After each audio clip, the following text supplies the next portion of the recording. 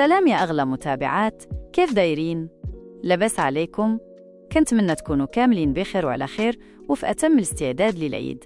معكم ويس من قناة ويس ستاتيك. البنات، العيد قرب وبغيتكم كاملين تشرقوا وتكون عندكم ديك البشرة الزجاجية الصافية. اليوم غنبداو أول حلقة من سلسلة استعدادات العيد، وجبت لكم أقوى ماسك طبيعي لتفتيح البشرة وتوحيد لونها. هاد الماسك سميتو الماسك الملكي لأنه كيهنيكم من البقع ومن آثار الشمس من أول استعمال. خليكم معايا باش تشوفوا المكونات وطريقة التحضير. قبل ما نحضروا الماسك خاصكم تعرفوا علاش هاد المكونات معجزة. دقيق الأرز كيتعتبر سر جمال الكوريات، كيبيض البشرة وكيشد الوجه. دقيق الحمص خطير في تنظيف المسام وتفتيح التصبغات. عصير البطاطس هذا هو المبيض الطبيعي رقم 1، كيقضي على الهالات السوداء والبقع الداكنة. غادي نحتاجوا المكونات بسيطة بزاف: معلقة كبيرة من دقيق الأرز، معلقة كبيرة من دقيق الحمص، وعصير حبة بطاطس صغيرة محكوكة ومصفى.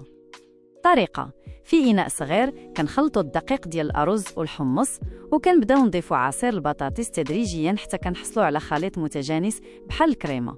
ما يكونش جاري بزاف وما يكونش قاصح. طبقي الماسك على وجهك وعنقك وحتى يديك إذا بغيتي اللي يكونوا نقيين. خليه مدة 20 دقيقة حتى ينشف تماما. من بعد غسلي وجهك بحركات دائرية خفيفة باش ديري تقشير بسيط وشوفي النتيجة. النعومة والبياض غادي يبانوا لك من أول مرة.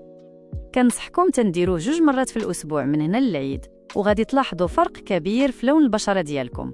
كنتمنى هاد الوصفة تعجبكم وتجربوها، وما تنساوش تشاركوني نتائجكم في التعليقات.